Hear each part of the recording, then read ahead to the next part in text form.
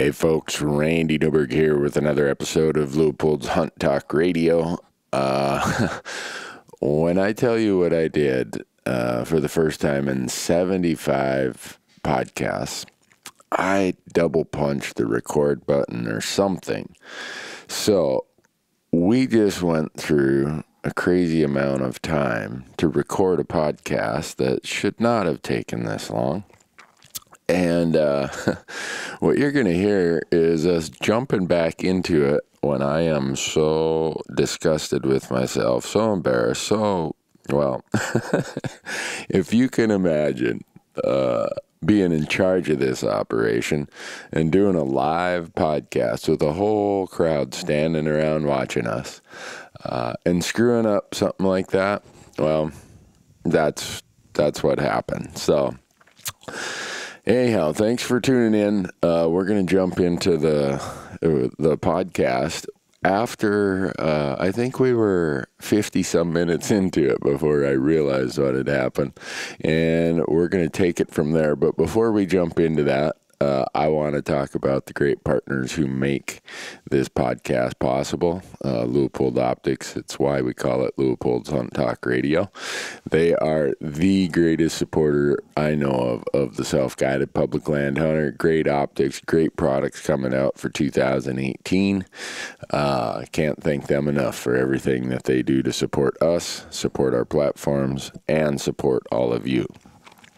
Also, we've got Orion coolers, great company, great coolers. We use them intensively, abusively, I can't think of how many ways we use Orion coolers. If you go to orioncoolers.com and use promo code RANDY, R-A-N-D-Y, and buy one of their great coolers, which I hope you do, you're going to get this really cool tumbler that they have for free, and it has our Hunt Talk logo on it, and I hope you'll support them because they're supporting us.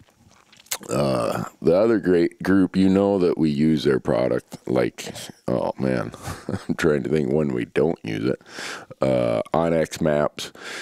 But I was here at the Sheep Show in Reno where this podcast is being recorded, and the number of people who walked up to me and said, "Do you really use that the way that you say?" Yeah, I do. And so I have it on my cell phone, my smartphone. So I pull up my app and I'm showing them all the maps I have saved on my phone, and we're doing all the layers and this and that. And I think I sold quite a few Hunt app products this weekend, just visiting with people, showing them how I use it and how easy it is on the smartphone app. It's unbelievably just effective, usable, user-friendly. So if you want to have the best mapping system that's out there, if you want to have knowledge about places to hunt that maybe is overlooked, or solve some access riddles that maybe you'd wondered about in the past, go to onxmaps.com. And when you buy any of their app products for the smartphones, we're making this easy for everybody. If you use promo code RANDY when you buy app products, you're going to get 20% off your app purchase. And on our YouTube channel, we've been doing all kinds of application videos because right now, January, February, March, April, this is what we call application season. This is when we are getting our tags. And the tool that we use for that research, the draw odds, the unit explanations, the application strategies, what's new about the state this year that changed from last year, all kinds of just unbelievable information. We use the Go Hunt system. They have a service called Insider, and we use that intensively. So they have a special promo code for all of our listeners. Use promo code RANDY, R-A-N-D-Y, and their service, you will find it to be the most helpful, useful service. If you are applying in multiple states, I don't know how you could not benefit from it. I know you will benefit from it. And I use every service that's out there, every research service, recommendations, blah, blah, blah. But there's a reason why Go Hunt is my primary go-to. They should call it go-to, not go hunt. But it's the Go Hunt Insider Service, and it is that good.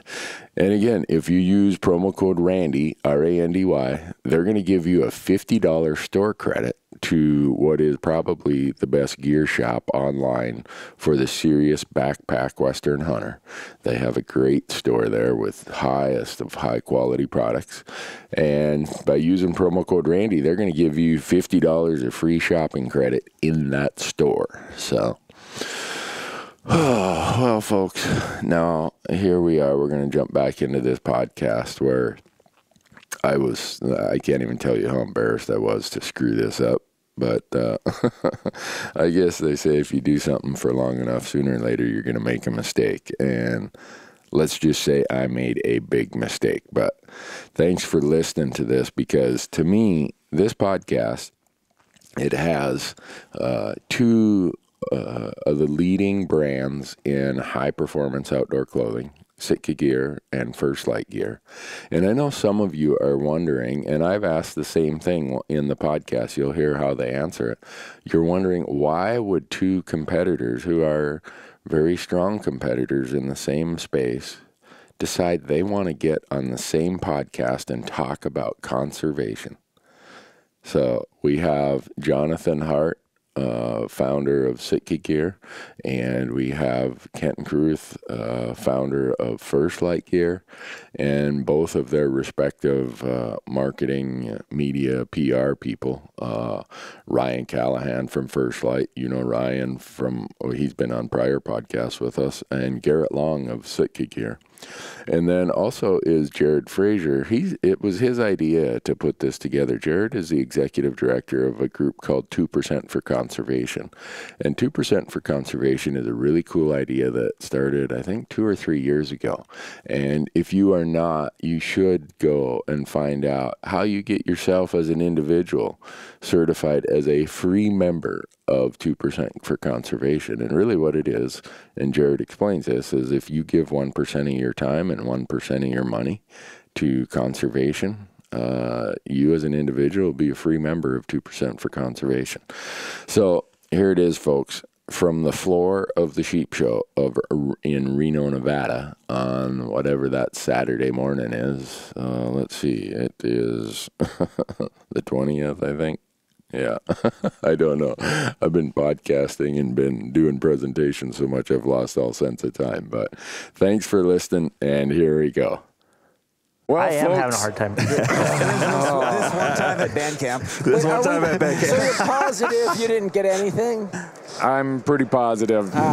Folks, this is Randy Newberg in his most embarrassed state ever. You are tuning in to the rerun of another episode of Hunt Talk Radio, because at the beginning, somewhere about 3 minutes into it, while Randy was modulating and messing with his recording device, he turned something off, and I just spent 45 minutes of the coolest conversation we've had in a long time, and not a single part of it got recorded. Let's reference your notes. Reference my notes. We do have a heck of a note. All right. So, folks, I am here at the Wild Sheep Foundation Sheep Show with some really great people who are going to beat the living crap out of me. Oh, to my left is Ryan Callaghan from First Lite Gear. To my immediate left is Kenton Carruth of First Lite Gear. To my right is Jared Frasier of 2% for Conservation. To his right is Jonathan Hart, founder of Sitka Gear. And to Jonathan's right is Garrett Long, conservation dude, director, problem solver of Sitka Gear. Are we recording? It's ready. We are recording. I'm just going to keep my eye on it the whole time. Every 2 minutes. So, folks, the reason I sound so exasperated, so embarrassed, I'm sweating, I'm wiping the sweat off my brow. These people expected me to know what the hell I'm doing, and I double punched the record or something along the way, and we had 45 minutes of amazing solve the world's problems, and I didn't capture all but about 2 minutes of it. You guys are laughing, but I know what you're thinking. How in the hell did this guy ever get a job running a podcast? Does someone else want to take over this operation? Jonathan, Kenton? Definitely no. I think we're decently warmed up now. Yeah. You know? So we gave history lessons. We talked about how two amazing brands in the conservation community who happen to be hunting brands compete in the clothing space, decided they wanted to come and talk about conservation. So help me through this, Jared, because right now I am still in a little bit of recovery shock.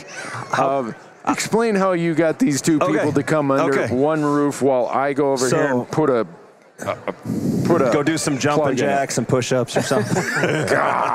So 2% for Conservation was founded a little over a year ago out of the offices of Sitka and with help from the Sheep Foundation and Rocky Mountain Elk Foundation. We certify businesses and people who give 1% of their time and 1% of their money annually to conservation groups. We don't touch the money. We don't distribute any money. We certify that at the end of the year, they have been giving at least 1% of their sales to conservation organizations in the hunting and fishing space. For individuals, I don't do an audit. It's kind of the honor system. But for businesses, I do look at their CPA note at the end of the year, whatever their sales number was. And then, you know, at least 1% went out to groups like Rocky Mountain Goat Alliance or the Sheep Foundation or things like that. We aren't sticking to just hunting and fishing, you know, hook and bullet endemic companies. We have breweries coming on board, attorneys, dental offices, any business that's giving at least 1% to pro hunting and fishing conservation groups can join. And you can do that at fishandwildlife.org. Or Google 2%. Or Google 2% for conservation, which was way too long of a URL. Yeah, because before we started recording, Randy mentioned that, you know, with his level of education, you'd have to spell out fishandwildlife.org. You'd have to tell him that's the key on the upper left part of the keyboard. Yeah. And given my poor performance so far today, we might even have to go further than that. But so thank you guys for being here. Thanks for the mulligan of getting a second chance at this. Oh, before I could say before we turned on the mic, really, before we've had headphones on for so long, they're a permanent fixture now. We all have sores on the corner of our mouth from where the microphones that we've been talking into them. But we had a couple things that we started this out with, and Jonathan said, as long as Kenton wins, it's going to be a good podcast. Or make sure another Kenton chance wins. at that now. Yeah. So we know Randy has lost. We know for sure. Well, Randy. I got Kenton's playbook now. Okay. There we go. Yeah. So the bad part is I feel like this was like, you know, Elvis Presley recording his first album and no one was recording. And I was like, man, this is gold. That shows how old I am. I never listened to Elvis. My mom did. None of your moms probably listened to Elvis Presley, but anyhow. Yeah, maybe this is why two founders from two big companies have never done this before. Because they can't find a guy like me who can hit the record button. Maybe they tried. Maybe they tried. Yeah. We'll give them the benefit of the doubt. So the first question I asked these two back before we went in our dry run, when we were showing Jonathan Kenton's playbook, was how do companies that compete in the same space feel comfortable getting together and talking about the common interest of conservation? And you led that off, Kenton, and you're probably like, Randy, I don't remember what the hell I said. Moby Dick was still a minnow back when we started this thing. But, so, sorry to ask you again, but how is it that you're comfortable? Because, you know, essentially, we're neither of our companies would be...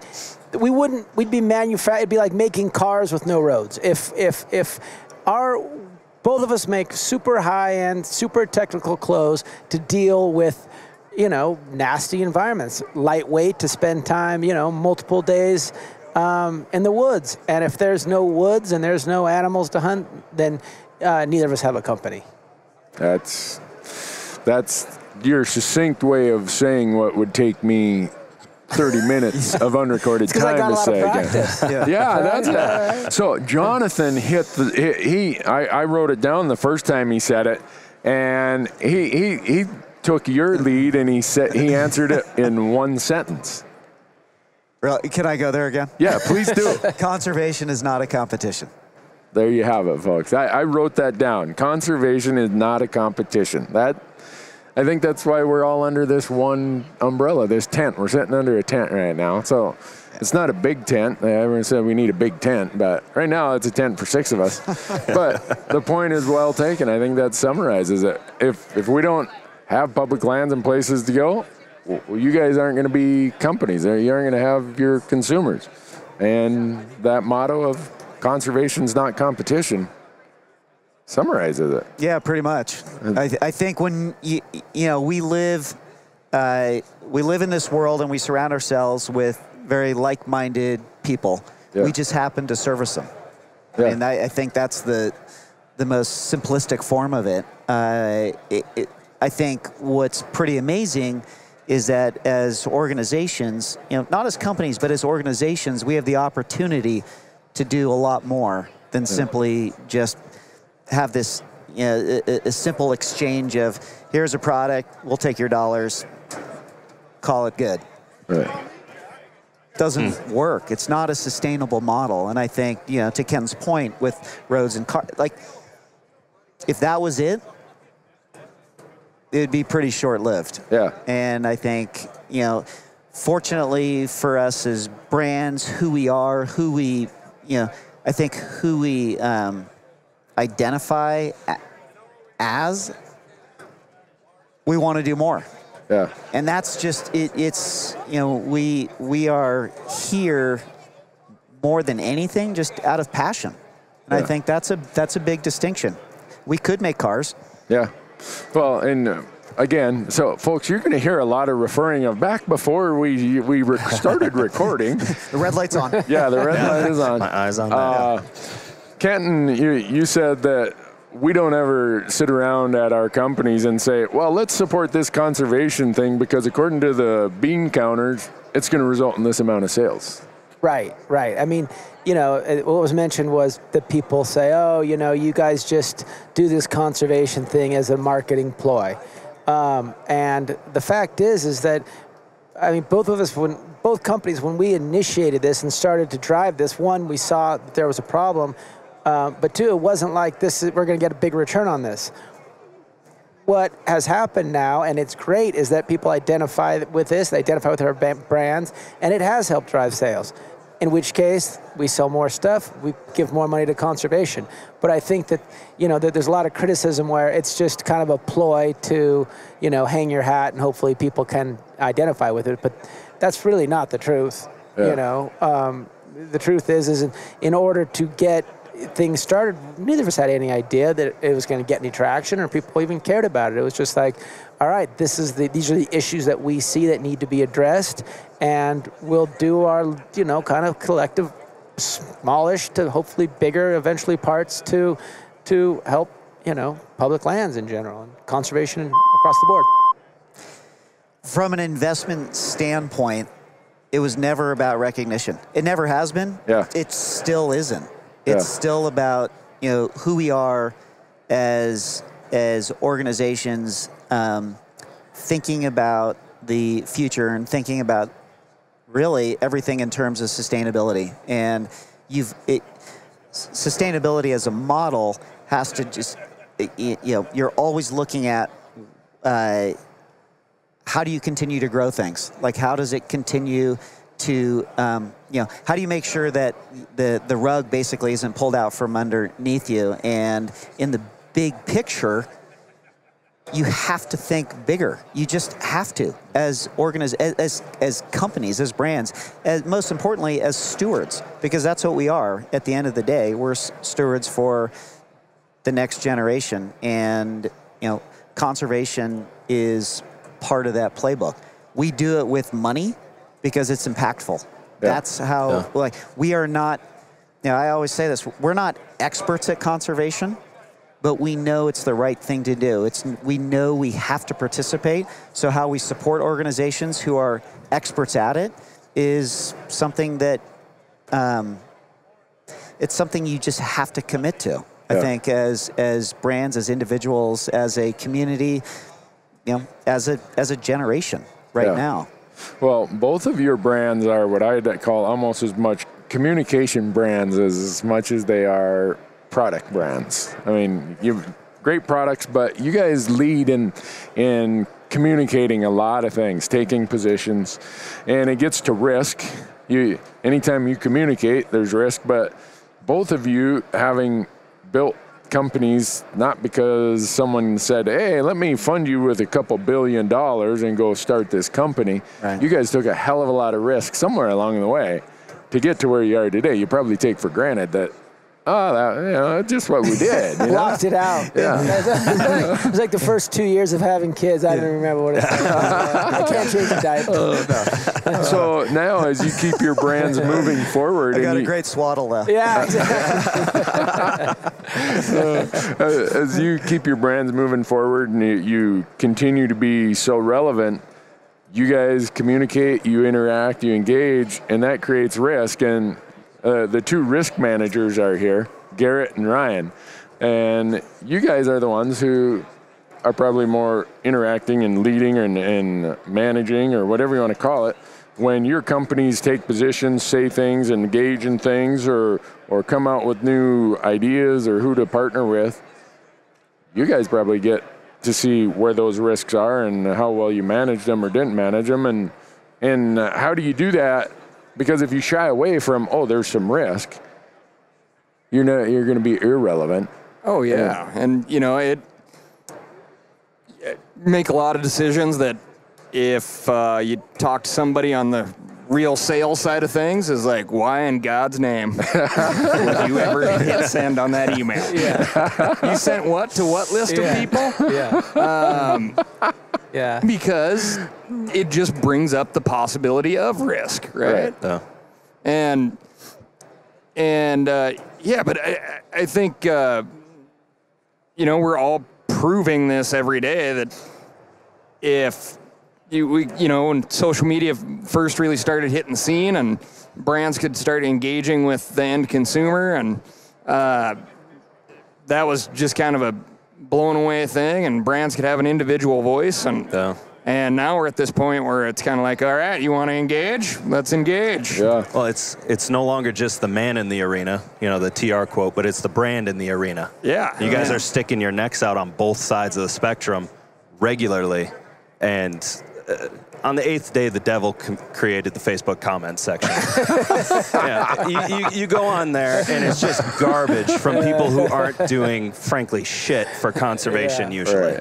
Right. And to stick your necks out in a way that it's going to affect the bread on your table. Yeah. And that's my favorite comment, and I'm sure you guys see it too. It's like, I wish you guys would just stay out of this. Yeah. Stay out of politics. If everybody was involved in this, I would stay out. Right. That's when you have to be, zero gain, solid loss. Send. Well, Garrett, I know that you get a few of those because every once in a while you'll call me and say, hey, what's your thought on this? I feel like you have to look at education as much as an investment as dollars in a lot of cases, especially with our footprint. So if you surround yourself with the right people, like you said, I call you all the time, Shane Mahoney all the time, probably too much at this point. You can get behind something and stand for something that's vetted, you're educated on, and you can use our platform to help hopefully educate other people. And that's huge because now they're advocates and they're stewards. And if you show consistency, something you said that was very impactful to me after we got into the monuments thing was you just need to show consistency. Yeah. And if you're consistent in your communication and people know where you're coming from, it sorts itself out. Yeah. And be who you are. Yeah. Be like Randy Newberg, just, be the guy who can't hit the record button. So the only reason I have any listeners in the world is because I can spin a line of bullshit better than just about anybody. I'm below average in every talent, as I've proven this morning, other than bullshitting. So the fact that you would call me, Garrett, and Ryan called me after the whole monument thing. You guys are taking a lot of risk by seeking Randy Newberg's opinion. Fake it till you make it. Yeah, that's right. If you hear me say, "Oh, let me think about that," it's meaning that. Well, which bullshit line should I do? Yeah. What you didn't understand, Randy, is the underlying message to everything I just said was that our post was solely based off of what you told us. Oh man. Well, you guys are leaders, so I want, for the sake of our audience, I want to recite and restate the history lesson. I'm a history buff, so I always got to throw a little history in that is, I think, relevant to our audience and important. But it's important that how it comes forward today, because you guys made some good points about enough. You know, what was enough yesterday may not be enough today, and certainly won't be enough tomorrow. And a lot of people may not understand that. Well, they probably understand, but we are sitting in Reno, Nevada right now, and there's a little town down the road, Tonopah, a mining town, has always been a mining town. And there was a senator, U.S. senator from Tonopah, Nevada, named Key Pittman. And I went to college here in Reno, so I had to take you don't have to be a glowing genius to graduate through the accounting program at Nevada, Reno. I'm evidence of that I think they just wanted to get me out of there. I hope your clients aren't listening right now. Well, with that, Jonathan, they probably are, and they're going to be like, you know what, he isn't the smartest thing, but man, he's got some good stories, man. So, but you do have to take a year in Nevada history, and I remember when we did the part about Key Pittman, and he was a senator, became president of the Senate, the U.S. Senate, and his term started, I think, in the 20s and extended until there was an old story that he died on the day before the election, and they kept him on ice in one of the hotels here in Reno until after the election. No, this was his other colorful story, so that he could still be elected. Well, mysteriously, he dies. It's announced he died the day after the election in November 5th of like 1940 or something like that. And so the reason they said they had to keep him alive was the Democratic governor got to appoint his replacement. So it's fun. That's even a funnier story than what I'm going to tell. What's up with the body preservation stuff in this state? There's all those toe shots they do here. Oh, this state has everything. Anything is legal in this state. Yeah. Everything is legal in this state. Did you see the toe shots? I saw the toe shots. No, that's creepy. I didn't. We'll talk about that. We'll stay on track. We'll get there. That later. Okay. So Key Pittman, before he died, was a senator, and some people from Nevada came to him and said, you know, we need a way to fund these new ideas that are coming forward about wildlife management. And I don't even think they used the term conservation at the time. And so him being president of the Senate comes up with this really risky idea. I'm going to go to these people and ask if they will tax themselves. In the 1930s, when there's food lines and unemployment is, I guess you can't have triple-digit unemployment, but they had certainly double-digit unemployment. You know, the dirty 30s, the Dust Bowl, all this is going on. And he comes up with this concocted idea, Mr. Senator Key Pittman, that we need you hunters and shooters to pay an 11% excise tax. And you know what? I'm going to go across the aisle, and I'm going to find my buddy Senator Robertson, who is, I think, the grandfather or uncle of the TV evangelist Pat Robertson, a Republican. I'm going to go find someone on another part of the country in a different political party, and we're going to introduce this bill. And they got a lot of heat over that at that time. But that was leadership. And look at where we are now, 80 years later, billions of dollars. I mean, so much has been done because of those steps of leadership at that time. So if ever you drive through Tonopah, Nevada, which the only reason you would is because you have a Desert Bighorn tag that I'm waiting for, think about Key Pittman. Anytime you think about leadership, think about guys like Key Pittman. But for you guys, you are leading on a lot of things that are not necessarily comfortable in the hunting space.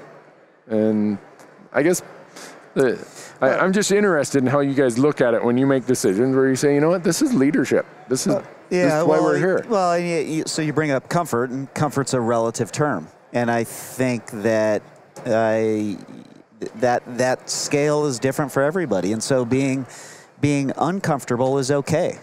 Yeah. If you're completely willing and committed to what that potentially happens at the end of the Jeff Sposito just came over here and started making faces in front of all of us.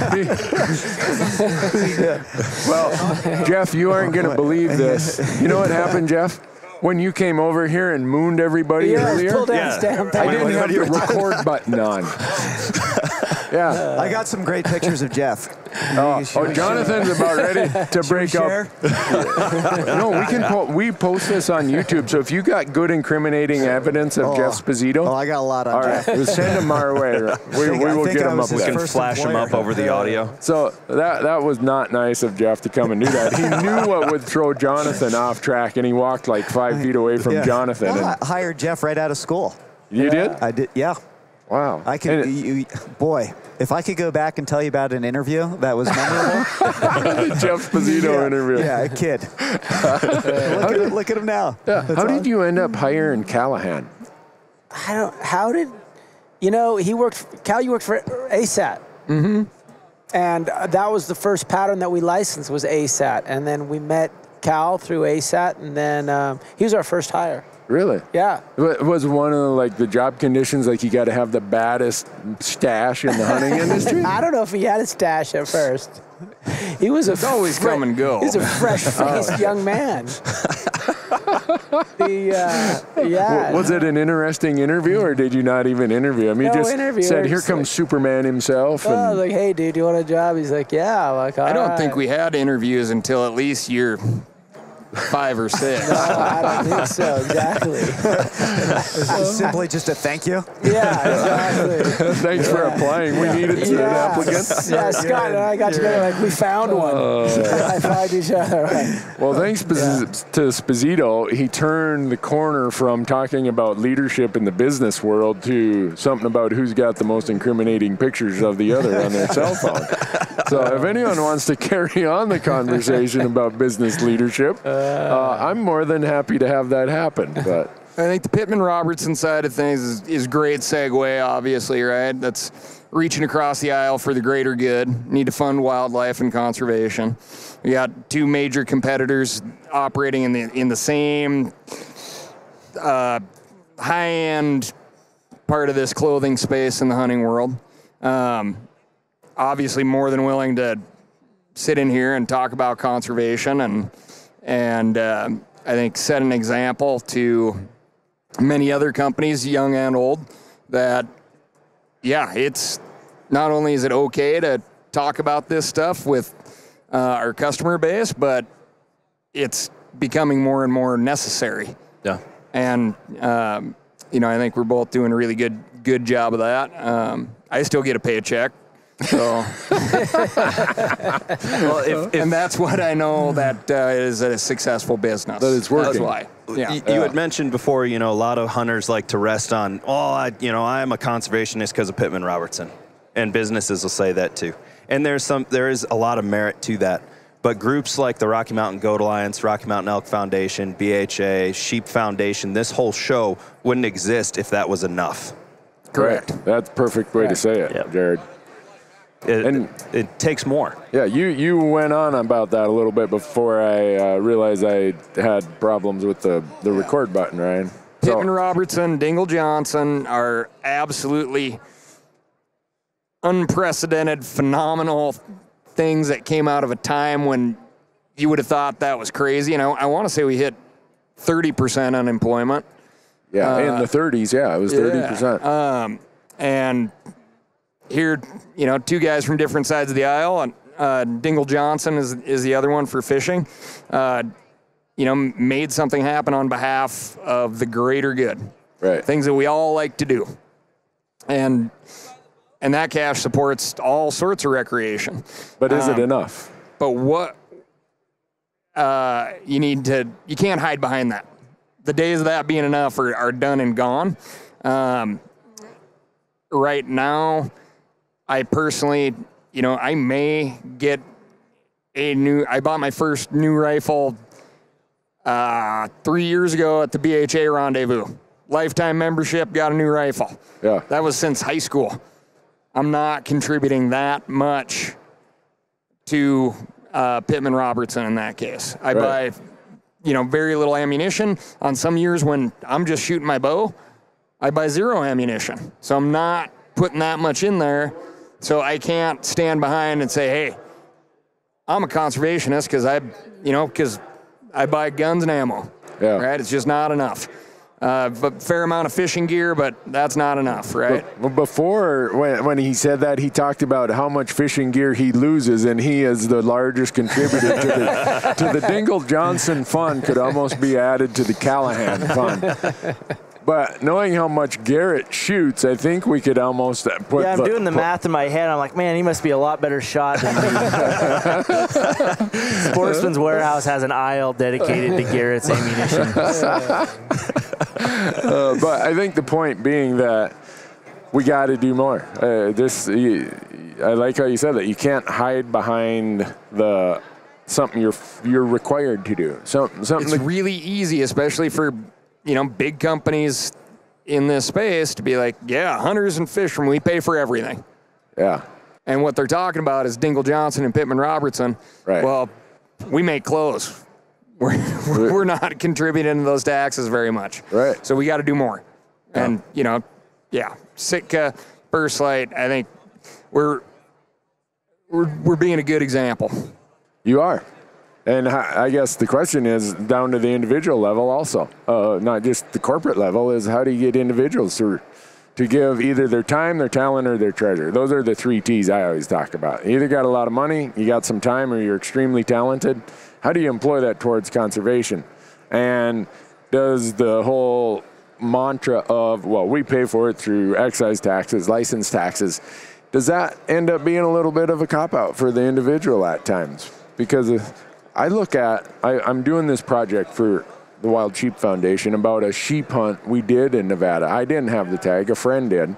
We came down and filmed it, and I started doing the math. And for every sheep advocate in the United States, there are 45,000 other people who don't give a damn about the cause of wild sheep. In the hunting world, we say that we have 14 million hunters. Only 7,000 of them are sheep advocates. And I'm not saying everybody all 14 million need to be a sheep advocate. What I'm saying is a large number of hunters are not advocates for any cause. In fact, we all say it, well, the 1% of the people are doing all the volunteering, all the fundraising, all the blah, blah, blah. How do we get those people to realize that just buying a license and paying your excise tax is not necessarily being a conservationist? It's hard. I try to do that. I ask people, do you think today would hunters go for a new could we pass Pittman Robertson today?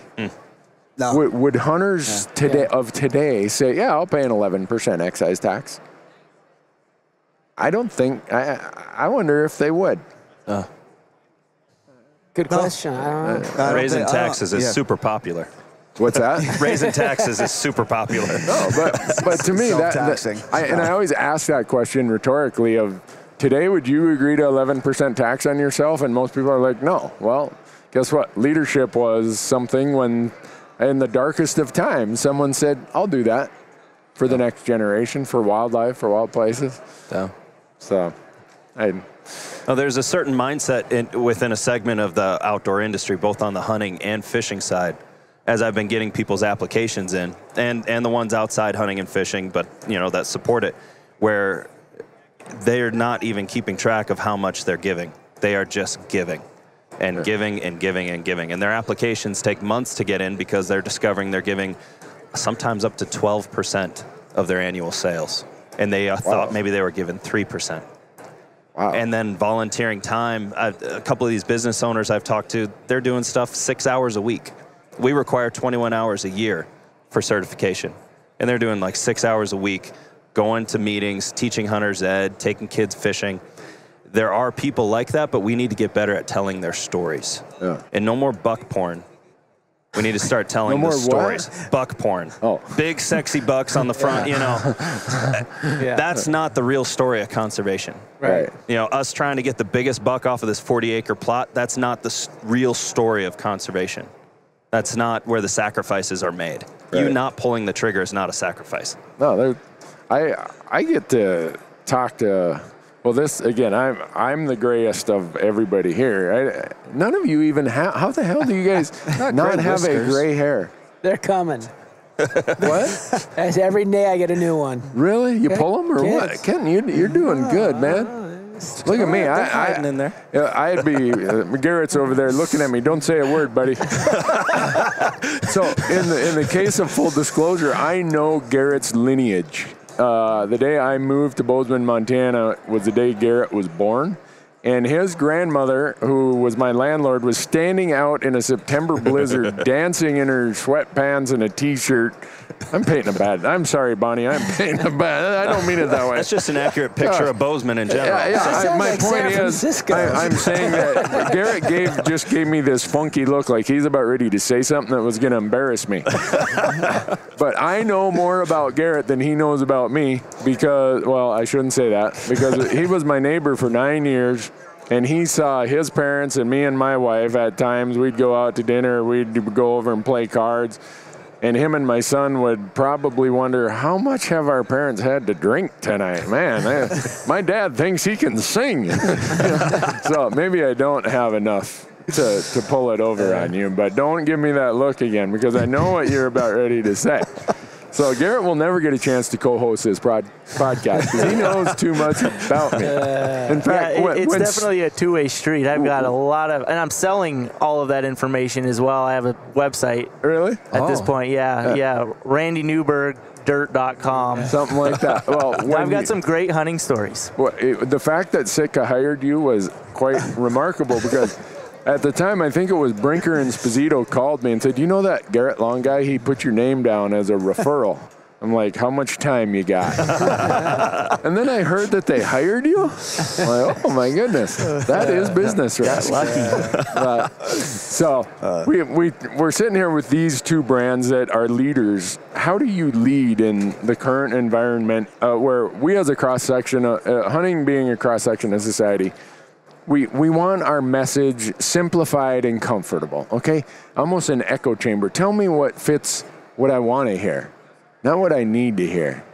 Tell me something that kind of makes my biases comfortable. Because I have all kinds of biases. Hell, I grew up in a trailer house in a little logging town in northern Minnesota. You want to talk about biases, man.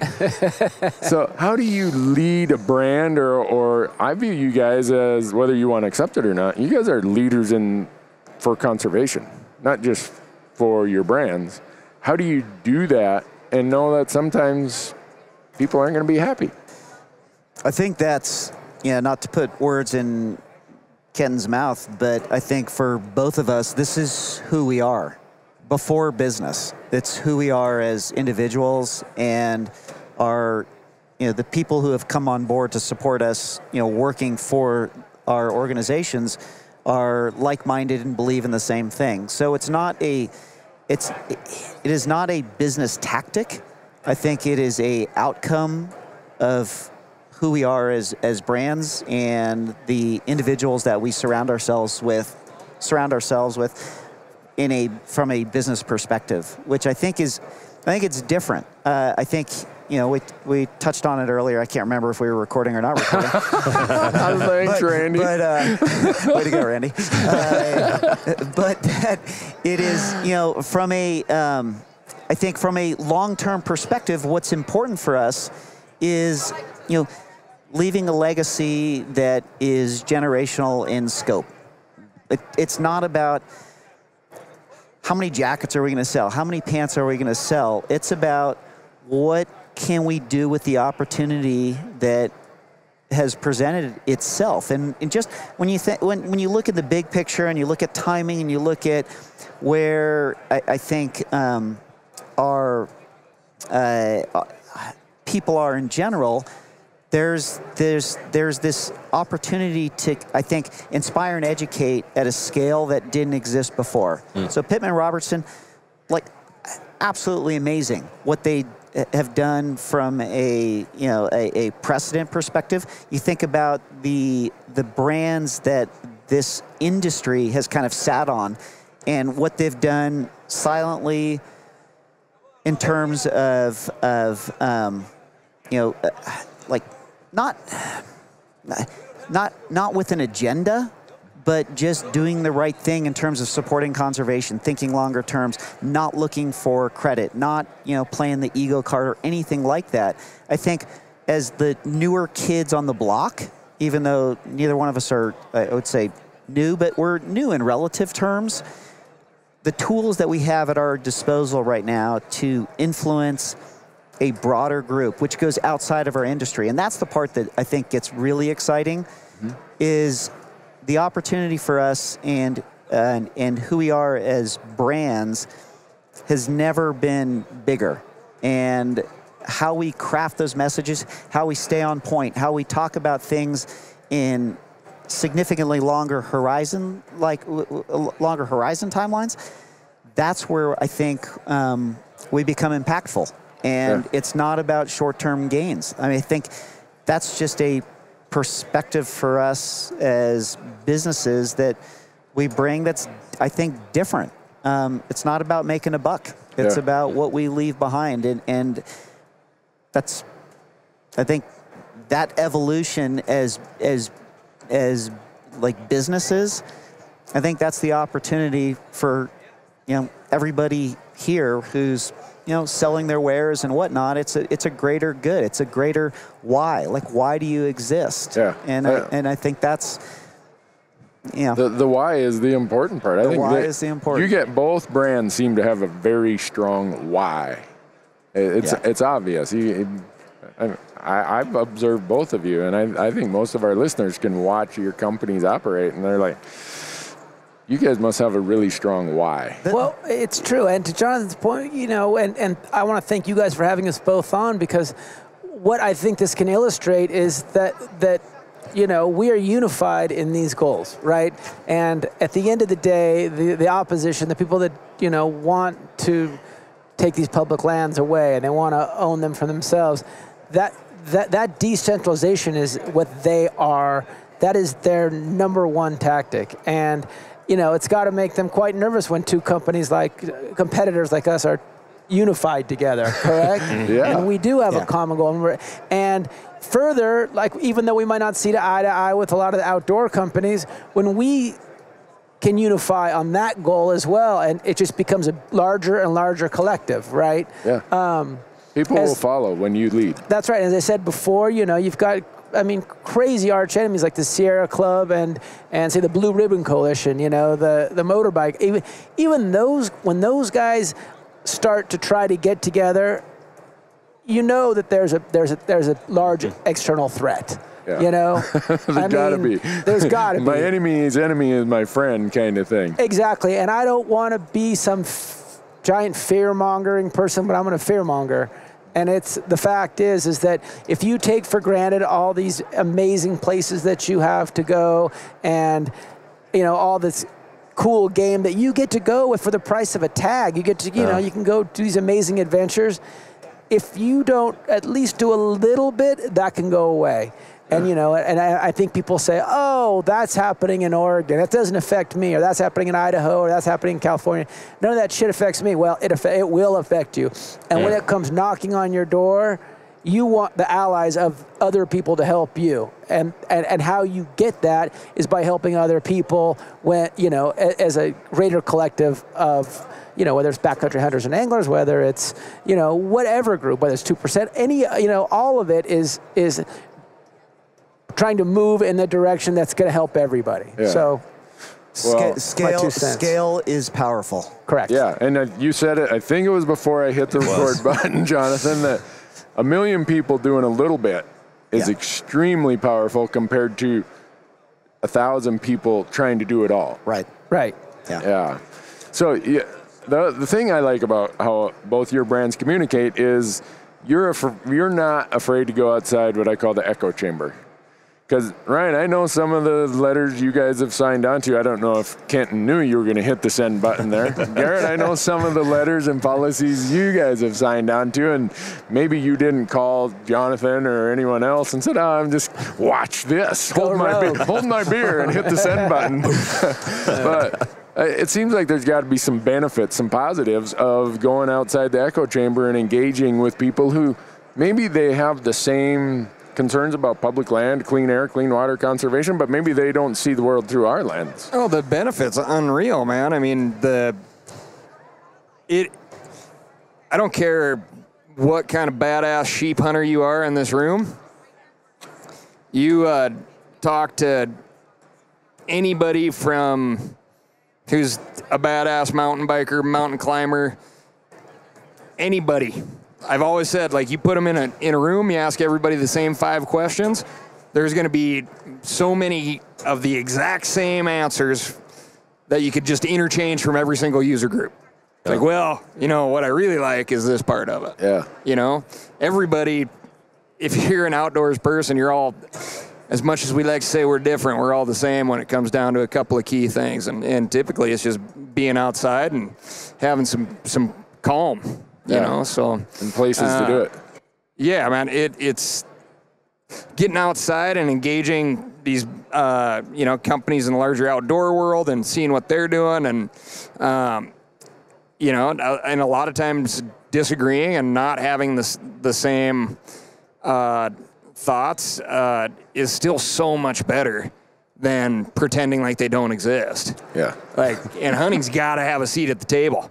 Yeah. Yeah. And I can sit. I've gotten very good at sitting in a room where nobody likes me, and nobody really wants to hear what I have to say. But You finally came to terms with that? I'm comfortable in my own body. Well, after last night, after Callaghan winning at the less than one club, nobody cares what he has to say. Mouflon hunt. He needs to be comfortable in his own skin because he got booed because shortly after he won, another First Lite.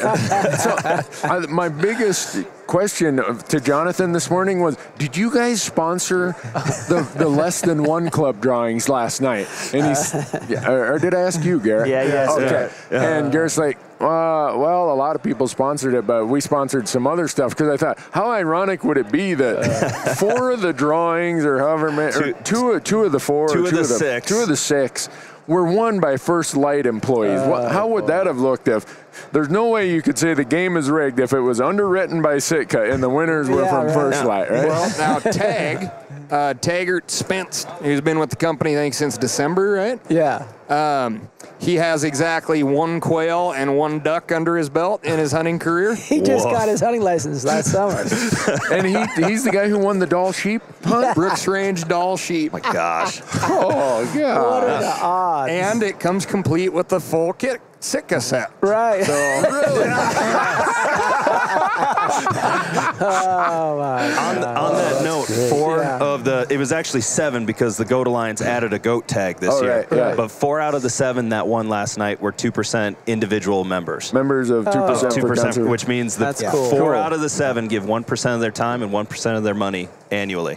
Cool. But I couldn't line that up because I didn't draw a tag. So the absolute coolest thing. Oh, that was sick. Yeah. As we've discussed, I'm like, a mouflon. I better Google that and see what the heck that is because I've never, what is that? And they didn't like teach a you where Disney Croatia character. was in geography. We hammered the Montana history, though.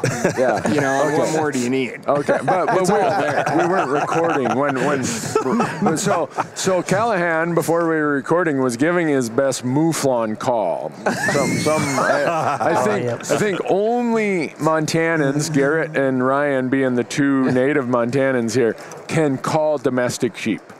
But then I think we concluded that a mouflon was not a domestic sheep in Croatia. Mm-hmm. I think that is their place of origin, or I would hope. So I've got a lot of research to do on this thing. But the coolest thing, because, I felt a little bit like a jackass, because I'm like, oh, man, I don't know what this is. But everybody was like, yeah! And guys from all the other brands are in there, right? Yeah. And they're like, yeah, Callaghan! That's awesome. And they're high-fiving you and you're grabbing you. And the one mistake I made, I had a full beer in my hand, and our buddy from down the Wood River Valley is a good old sheep hunter guy who was there to root everybody on, and he's also a recovering alcoholic, and he's like, here, hand me your beer. And I handed him my beer, and I ran up on stage, and I was like, oh, God. What have I done? What did I do? I got to get back down there. Anyhow, folks, we are painting a pretty fun picture that everybody should come and help fund conservation by attending the Wild Sheep Foundation event. And next year, I think that the Less Than One Club, it's going to be open to all Wild Sheep members except employees of First Lite. First Lite. Yes. Heck of a first year to come to the show and have a booth. Ryan, make sure to send me your sizes. Yeah, exactly. Oh, are you the one? Yeah. So And watch Barat.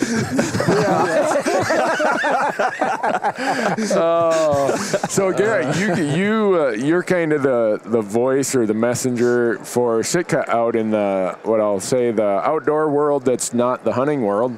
You must see some positive benefits of engaging. You and Ryan were both at the Shift event in Jackson in November? Yeah, I mean, November, so Ryan's point earlier. We're recording now. Okay. You can say it again, Garrett. Just about bridging that gap. We attended a Shift conference that was definitely not a hunting-orientated conference. It was a conservation conference, had some of the best conversations I've ever had there regarding sustainability and practices, but they didn't have an agenda to really get into the hunting realm. And Ryan and I sat up on a panel with Patagonia and REI, kind of gave our takes on it, what we try to do, the messaging we try to deliver. And honestly, by the end of it, everybody's talking about what is this hunting thing. Really? And you have people that work for Sierra Club that are now saying, I kind of want to try this. What is this? And I think that's huge. We all look through things at our worldview. How do we frame whatever it is that we're trying to look at? And when you present something that they can relate to, that's everything. And I think Ryan and I got to go in there, and it was an example of kind of coming in as a partners, and we weren't alone in there. We kind of fed off of each other. We could talk about things, and that gave it relevance as well. But it was huge, and a lot of it stemmed around food, to be honest. And that's, without a doubt, hunting is the most clean, environmentally friendly, sustainable procurement of food in existence. Yep, has been since man stood upright. Yeah. And so that's an amazing story to get people around, and then they want to know more. And that was a fantastic example of, I think a lot of the hunting industry wants to turn its back on anything that's not hunting. Yeah. Yeah. But if we continue to do that, then we're not going to get anything done. Well, and it's an incredible opportunity when you think about, for the collective, when you think about the industry, the importance of elevating the conversation where it's not about pulling the trigger, but it is about the bigger picture in the outdoors and what it means. We can talk about harvesting. We can talk about, just fresh air, for example, like how at the core, bridging that gap is around environmentalism. It is, which, people shy away from that word, like, oh, it's a scary word. When you said it, I thought Jonathan's going to get hammered because he said hunters are environmentalists. People would always laugh at me when we started because I would say, well, I'm a tree hugger first. Well, who says that? Yeah. I am. Like, I believe in that because this is part of who I am. It is just one activity in a much bigger picture. And I think if every company and every brand that is right now pigeonholed in this industry started elevating what they talk about and why they exist, I think you start to knock down all these walls and you can create a significantly bigger impact. Because now I'm going to go like way down this wall. Go for it.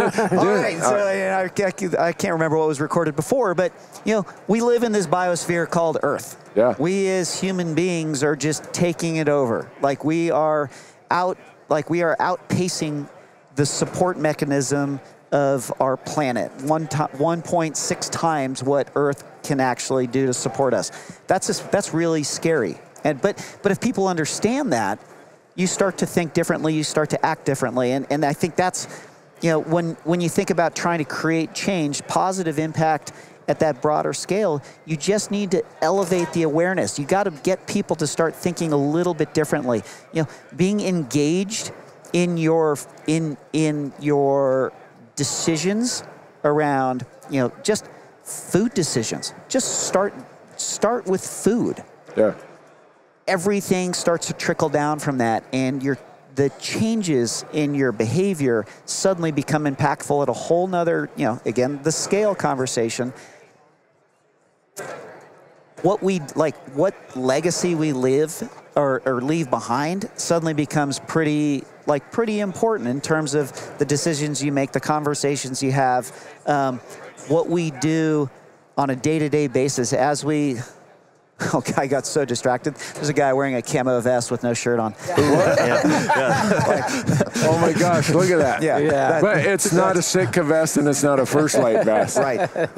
Thank the Lord. Because our core consumers would not do that. No, that guy does not have a body to go around with just a vest on. But that's the amazing. Good on him. That's the amazing opportunity that sits not in front of us as just two brands. Like, we want to lead as brands and as examples of the bigger picture. At the end of the day, I wish every brand would elevate every conversation beyond grip and grin or beyond simply a transactional relationship to have that conversation, the big conversation, the long conversation, and hopefully people collectively go, yeah, I can walk into. I got all these hopes one day that you can walk into any cocktail party anywhere USA and you say, I am a hunter. And somebody goes, that is so fucking badass. Yeah. That's the win. That would be the win for sure. It would. And that happens if we move the conversation to a different place. And I think inherently we're all here for the same reasons. We just need to be more thoughtful about the conversations that we have and where we take them, and so that it doesn't become this oh yeah, I mean, you shoot guns.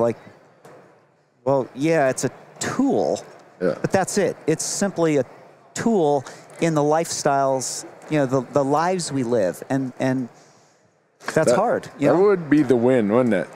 Walk in and say, oh man, here comes whoever, the hunter, man, and everyone wants to hear your story. Yeah. Well, and to your point, that has to be the goal, especially if, you are interacting with a large group of people. You can sit and BS with your friends and talk about whatever the gory detail, whatever.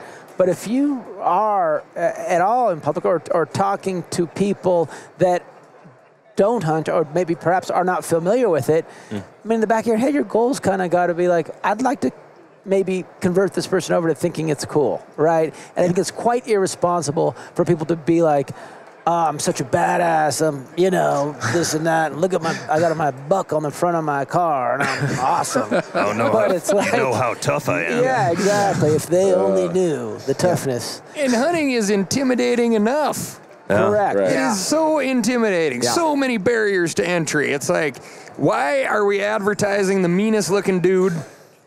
Yeah. Yoked out, hooked up, Right. with a decoy bag on his back. I'm I'm not going to sit in a blind with him, and I am a hunter.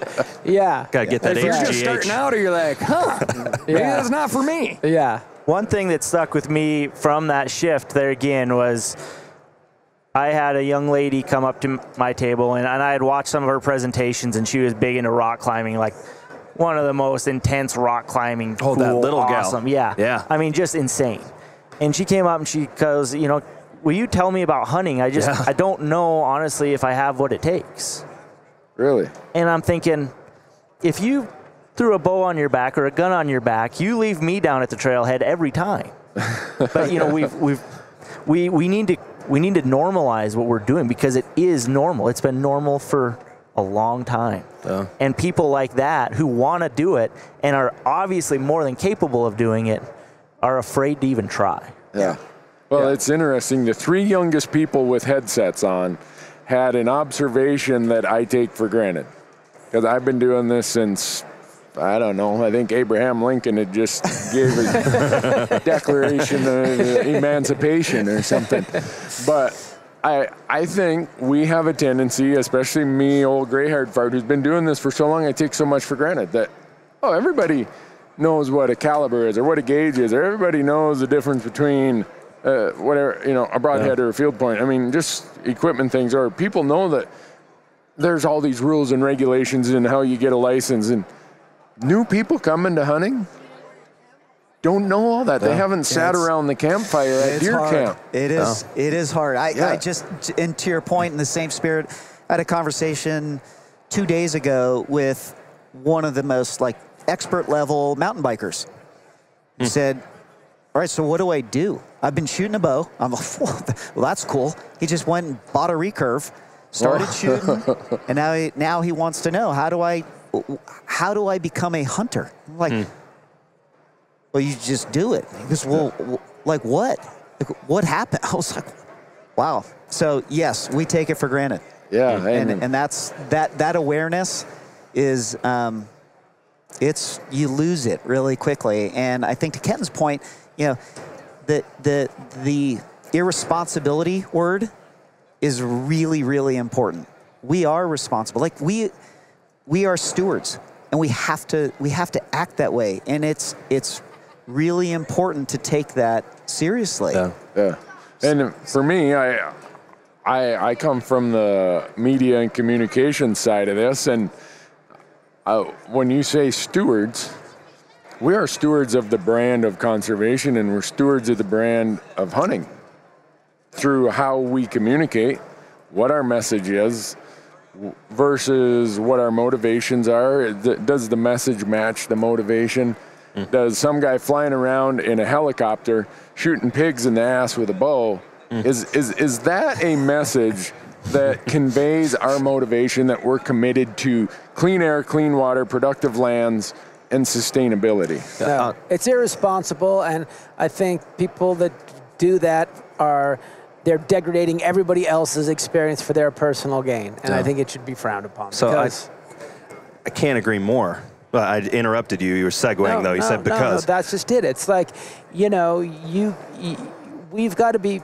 It's a war. I mean, there's people spending a boatload of money in order to discredit the hunting community in any possible way, right? And you must, and it's a burden. And as a hunter, you've got to be thinking about that, you know. And as soon as you do something that might be ego-based, or, you know, have some, you know, gripping room with a bloody picture that is potentially seen by, it could potentially turn potential hunters into non-hunters, you've blown it, right? You've gone backwards. So, you know, you got to pay attention to that kind of stuff. I teach hunter's ed in the Bozeman area, and I teach the adult class half the time. And so there's people, you know, and the millennials coming in. Over half of them are female in the class. And I ask them, you know, what got you into this? Because a lot of them are coming alone.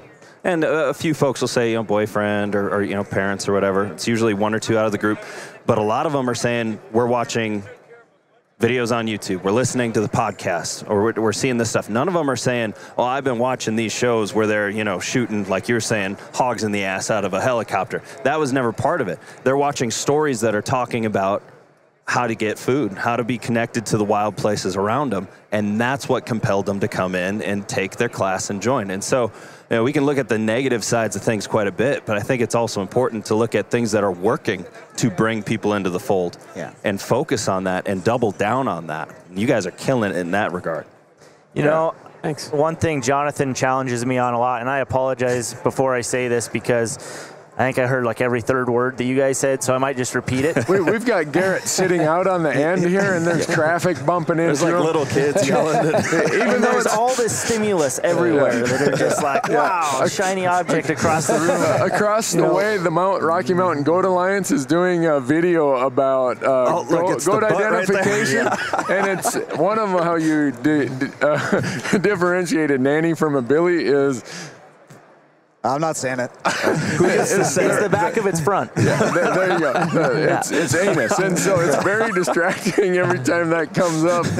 Everyone walking by stops and spills their beer on Garrett while they watch this video. But anyhow. But really, you know, we talk about hunting, and then we like to use phrases like hunting is conservation, right? And yeah, there's context there, but I think one thing that we've done a bad job of right now is link it to this much bigger picture.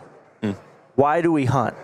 Yeah. So if we truly believe hunting is conservation, then really we're hunting because of conservation. We want to be conservationists to a point, right? So, well, what does that mean to our world? And then if we start to open that up to sustainability, and we tell that story, and then this hunting thing is a part of that, that's where we need to get to. You told me a statistic, Randy, not long ago that back in the couple years ago, it was 3 kill shots had to be on every TV show. There was an expectation. Yeah. That's a terrible story. I know. Yeah. The first year I was on outdoor TV, we recorded a hunt in 2008. It aired in 2009, and it did not have a kill shot. And I thought it was a really cool story. We send it in, and the email comes back, "Are you sure you really want to show this?" I'm like, who the hell is this person on the email? What do you mean, do I really? Yeah, I wouldn't have had my editors go through all this and spend days and weeks working on it if I didn't want to show it to you. This is not the hiking channel? Right, yeah. And so I emailed the person back and said, yeah, that's what I want to show that. And they're like, and that is exactly why people like the girl at Shift and the guy that Jonathan were talking to go, how could I ever do something like that? Yeah. It's unattainable because most of my hunts should be on the hiking channel. Yeah. I mean, it's the reality of it, right? Oh, absolutely. Going for a walk with the boomstick. The public perception, like you go to any, and we highly encourage everybody in the office, and I try to make it to as many as I can, but any of the, fish and game meetings, any of the city council meetings, because, small community, you hear about everybody's dirty laundry, and when the hunters come in the fall, all of a sudden there's op-eds in the paper and all sorts of fun things, and the perception, and they very well could have gotten it from hunting TV, is every time a guy walks into the woods with a gun or a bow, something dies. Yeah. Every single time. And I've heard that firsthand. It's like, well, I saw 5 people walk behind my house this morning. That's 5 dead elk.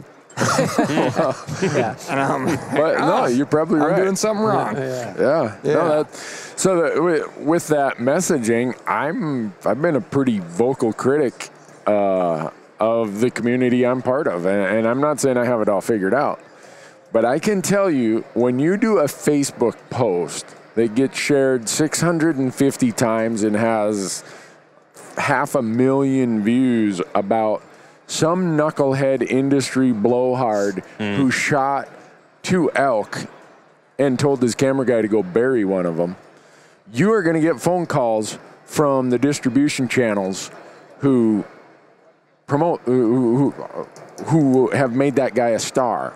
Yeah. And so there's this, keep your mouth shut. Don't rock the boat. We got to circle the wagons. We're being attacked by the outside. I say bullshit. Yeah. I think Steve Ranella, who all of us know and are buddies with, he says it best where, how long are you going to let the guy punch a hole in the bottom of the life raft before you throw him overboard? Right. You know? Yeah. And I think there are times we all collaborate, we all work together, but I don't buy into because he's one of us or she's one of us, that makes them beyond criticism, because I sure get a hell of a lot of criticism, and I should at times. So I don't think that's healthy in business, in brands, and whatever. It's a big enough deal that Sheep Foundation asked Kevin Northman, who's here with Professional Outdoor Media Association. He's speaking this afternoon on this topic at this show on outdoor media and the future of it, and how there's been some garbage going on. and the fact is, it's, you start saying stuff like that, the comments section in this podcast, friendly fire, you guys are Pete is gonna take us down because of people like you. That's the opposite. Is that people is going to take us down because of people that show irresponsible stuff. That's just, that's playing into their hand. That is, they would like nothing more than to see some, guy do some gory, unethical thing like that. That's that Facebook profile filter that went around last year. We can skip that, but So here's an interesting part. We have two of the premier brands in, I think, in the hunting world. This is an unfiltered podcast, so you guys can say whatever you want, and we're gonna laugh or say or whatever. But I think it's interesting that, Jonathan, you guys, when I first started working with you, you said, Randy, we don't want 30-second commercials and that kind of content. Just go out and tell stories. Kenton, you and I had a discussion just the other day about how the last thing you want is a 30-second commercial in a TV show. Totally. I'll just leave it there and think about that. Two of the brands that are leading voices on conservation, on public lands, on the future of hunting, who are reshaping how hunting brands communicate, say, you know what? You don't even give me one of those for free. Yeah. I think people just get barked orders at them all the time in this day and age, and the consumers become, super sophisticated, and people are just, they just don't want to hear it. They don't want to be told what to do. They want to make their mind up for themselves. And I think by, it's just the evolution of the whole of life. And, nowadays, I don't think people want to say, have you barking anything at them. They want to make up their own damn mind. Yeah. I think that in that continuum or that evolution of the message itself too is where we're becoming significantly more aware of what we say needs to be really important, because yes, consumers are bombarded with crap nonstop. So when you do speak, make it important. You got one shot to really try to influence somebody, and just take the time, be thoughtful, and then just drive it home. Wow, that's good stuff. That, to me, I was glad that you guys don't have 30-second commercials, but I think it's. Well, then we'd have to make them too. That's true. Yeah, and then you'd have to get some. What do you call them? Yoked out dude, Brian? Is that what you said? That's right. Yeah. That's kind of the market for hunting commercials. Maybe stick him somewhere, hit him with cattle prod, so he looks really angry. Yeah, and he's got a dead animal on his back, but he's like sneaking out, and the whole joke has been like, the hunt doesn't start till you've already killed the animal. You got to sneak it off your neighbor's property. That's why you get that crazy sneaky look when you've already got it dead. You like camoed up. So do either of you use marketing firms? No, we don't. We do. We're all in-house. Yeah. So, in support functions, yes, but not for message. For the message creation, no, that's internal. It has to be. Yeah. That's your DNA. Right. And so it's interesting how many companies in the hunting world, though, hand off their messaging to PR firms or to marketing agencies. Right. And I work with a lot of them, and they're probably going to call me up after this podcast and say, Newberg, what's your problem with ad agencies, man? Right. Agencies are they're very valuable. Right. When you think about just the mechanics of how you distribute. Right. But the core of content, and who you are and how you own your brand, that's got to be internal. Right. Has to be. They aren't there every day to know what your DNA is. Right. They'll do their best job. Yeah. And the reason I bring that up is a lot of people say, well, how does this get funded, or how did that magazine ad get in there? Well, a lot of times some companies use the old model of handing that off to ad agencies who they may or may not hunt. They may or may not fish. They may have a political slant or view view of the world that is 140 degrees off from what their client is. And so you end up with some kind of disconnected stuff at times, I think. But right. So where do you guys see the positives, the bright lights of conservation and what you guys are doing going forward, the opportunities. I mean, we can always talk about, oh, in the rearview mirror there was this failure, there was whatever, but I'm a front windshield kind of guy. I'm more interested about what's in the front windshield. Yeah, I want to learn from what was behind me.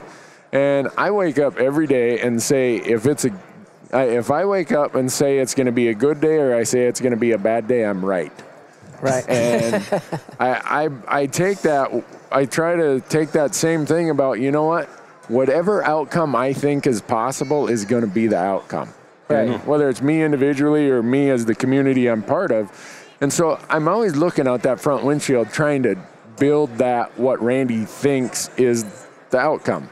And I'm interested as guys who've taken huge risks, built companies that required vision and brand, guys who manage that, Ryan and Garrett.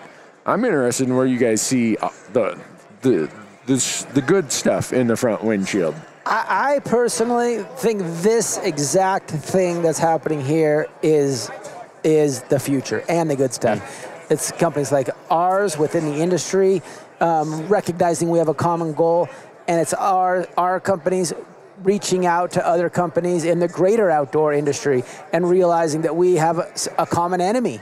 You know, people that want to take our shit away. Yeah. You know, and that in of itself, like, we can get over some stuff. I mean, you know, you got the people over there that are, you know, definitely not down with the Second Amendment like we are. But the fact is that we need to get around that, because they're, you know, what Cal and I were talking about, if there's no place to shoot a gun, well, that's going to affect a lot of stuff. You know what I mean? It's not going to be that fun when, you know, you've got a 50-meter shooting range, and you know, that's going to get dry pretty damn quick if you can't go anywhere else, right? Yeah. But my point is this, is that it's that companies realizing that we have a common goal and we have to move forward as a collective and, you know, protect what we have. Yeah. Couldn't agree more.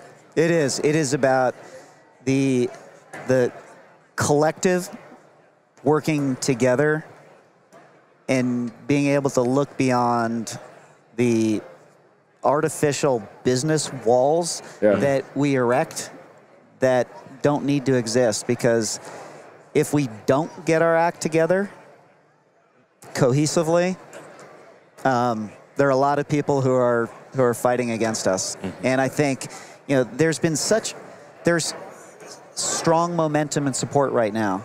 And so we are at the beginning, I think, of a big opportunity to be impactful long term. And how that, you know, how these different, you know, conversations come together to I think in a meaningful way. Yeah. That's the opportunity. It really is. Yeah. Wow. Those are, I love hearing that, because when all of us, I think, when we get tons of emails, and I suspect that Garrett and Ryan, you guys get more emails than Kenton and Jonathan, feedback emails. You have a tendency to almost be like, man, the world is a bad place. But I don't let myself go there. That's why I say today's going to be a good day. I mean, I'm 53 years old. I'm not going to start the bad habit of having bad days this late in life, you know? So I'd be interested, you guys see more of the execution of the daily business stuff and the communication stuff. Where are the bright moments, the opportunities you see in what you guys do? I think that, honestly, for me, it's that people are wanting to be invested. You know, even the bad comments, the uneducated comments, a lot of times are wanting to be educated. That's a good point. So that to me is great. If people are invested enough to send me an email because they're upset about what we said, let's have a great conversation about that. You know, I think we're at this time right now where people want to be involved because we see our resources going downhill very quickly. They want to be involved and have a stake in what happens to them now. And so I think that just building that platform of education and bridging the gap across the industries, not only this, but with non-hunting industries, and they want to be educated on what we're doing. I think it's great. We talk about the emails that we get that maybe are not very nice. I've been called some interesting names. Some I didn't even understand. That was, but that's a very small part of it. I think the big majority of it is good. Yeah. People just want to do good. If you look at the conservation organizations, RMEF's numbers way up. Yeah. BHA's numbers continue to go up. Sheep Foundation's fundraising numbers going up. Even with millennials starting to take over, we don't make as much money as before, and things are a lot more expensive than they were before. But like today, there's a couple hundred really angry millennials headed to go talk to Clive and Bundy in Montana while we're recording this, and to have a conversation with that gentleman. And there's an investment in this future because we can all kind of see it. And I think there's more people because the good quality media that's coming out now to educate people, there's a reason to invest beyond the trigger pull or beyond releasing the arrow or beyond, catching the big fish. Yeah. There's more of a long-term mindset of we're going to lose this stuff if we don't start working on it. Yeah. Ryan, what do you see? I'm gonna start a little negative. I'm gonna turn it around positive. Okay. We'll let you do that since you were the big winner last night. All right. One of the biggest threats coming down the pipe that I see is how good the Department of Interior is getting at PR. And right now they are PRing the hell out of this word access. And that's our word. And they're trying to turn access into the definition is a place where you can hook up your RV. And if that's not it, that is not access. Right. And they are getting people to say, you can't even step foot in there. There's no access. Wilderness areas, monuments that you can hunt in, list goes on and on. That's our word. And I think the positive side of this is what I would like to see is our community, the paddling community, the hiking community, the peak bagging community coming out and saying, hey, this is my access and I'm damn proud of it. Yeah. And being vocal and saying, it's hard for hunters, right? Because nobody wants to stand up and be like, well, actually you can't access that because that's where I hunt. But access is not a paved road. Right. That's a great way. Yes. And, I think there's going to be a lot of good things, a lot of good messaging coming from our side of the world, talking about what access is to us and how the system that we actually have right now, you can go out and enjoy many forms of access, and you can pick your poison, and it's a pretty damn cool thing. Yeah. An example of that contrast, I work with the Montana Board of BHA, and we've been working on this collaborative for the Gallatin-Custer National Forest new plan, and there's a wilderness area in there. And we have a certain state representative who lives there who likes to tell everyone there's no access into this area. The Montana Backcountry Horsemen, bullshit. We clean thousands of miles of trail every year in there. We go and we do work in there, and that's just one group. And then the skiers are saying we come in and we do all this work, and all these different groups that they don't really want to run into each other on the trail. A mountain biker and a horse don't get along. One of them's going to step on the other one, but they're in there, they're doing this work, and hunters are right in the mix of that. So there is this BS being spouted by one group trying to get what they want for, frankly, money. But then you have the real work that's been going on since, forever. Well, I'm going to apologize again that this is only going to be an 80-minute podcast. We've been talking for 300 minutes. We started before breakfast, and it's now almost dinner time. But these guys got important work to do. But for me, I'd like to leave it with the positive side, and I purposefully push myself to read things, to do things, to listen to people that I know I'm not going to agree with. And every time I do it, my mind gets bent in a new way that is beneficial. I see something through a different lens. And a lot of times they are younger people. And again, I hate to make it sound like I'm Methuselah's grandparents or something, but when I say this for my audience who is my age, and I say it to people I interact with, that you need to go and interact with younger people. And I go and do a lot of pint nights for backcountry hunters and anglers. Yeah, I'm doing one tomorrow night in Vegas. So I'm driving through Tonopah. I'm through Beatty, through Goldfield. I get to Vegas tomorrow. But regardless of what group it is, I go and do a lot of these things because I see these new people who are coming to stuff for reasons that are so refreshing. Whether it's the food aspect or the concern about, hey, I take my family out and we go and this is where we camp and they want to change this or they want to trade it or whatever. And some of them are just so, I guess, awoken to the idea that I live in a country where there's 650 million acres. I can go and do this?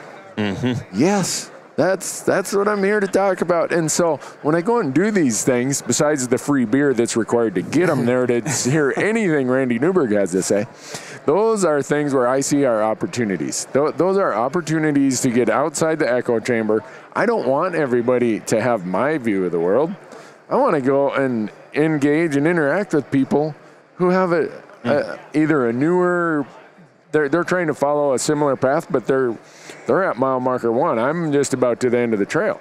And so, that's rough. The beauty of that and where it inspires me is to see them and to see their energy, see their almost innocence. They aren't tainted by a lifetime of kind of biases or pressures or other stuff. And so I think there's so much opportunity in it. And we live in the greatest country in the world. I mean, anyone who can't wake up every morning and say, you know what, I get to hunt or fish 365 days a year if I so choose. And I've got all this land and water to go and do it.